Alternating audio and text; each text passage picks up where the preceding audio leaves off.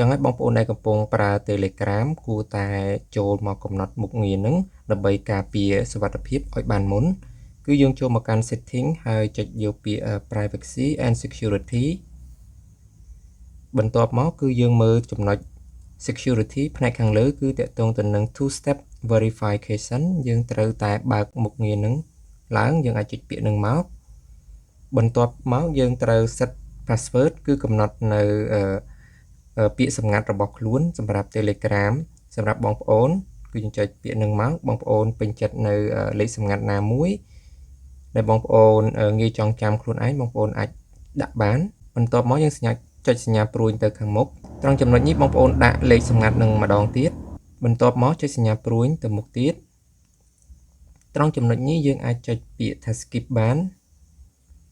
បន្ទាប់មកតាក់ទងទៅនឹង recovery email បងប្អូនត្រូវបញ្ចូលនៅ email របស់បងប្អូន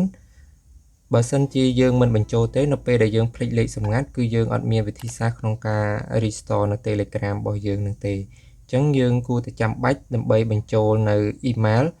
របស់យើងដើម្បីការពារនៅពេលដែលយើងភ្លេចលេខសម្ងាត់ហ្នឹងយើងអាចទាញយក recovery តាមរយៈ email នឹងបានមកវិញអញ្ចឹងយើងត្រូវបញ្ចូល email ហ្នឹងបន្ទាប់ពីបញ្ចូល email រួចហើយយើងចុចសញ្ញាព្រួយទៅមុខម្ដងទៀត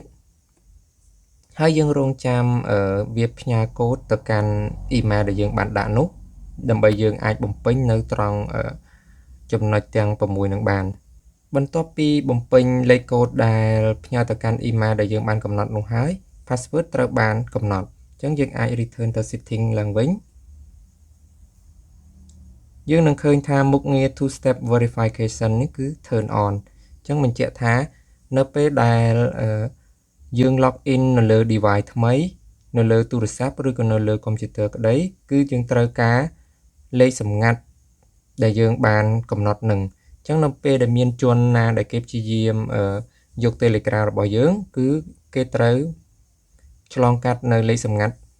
នឹងម្ដងទៀតបាទអញ្ចឹងវាជាសុវត្ថិភាពមួយខ្ពស់សម្រាប់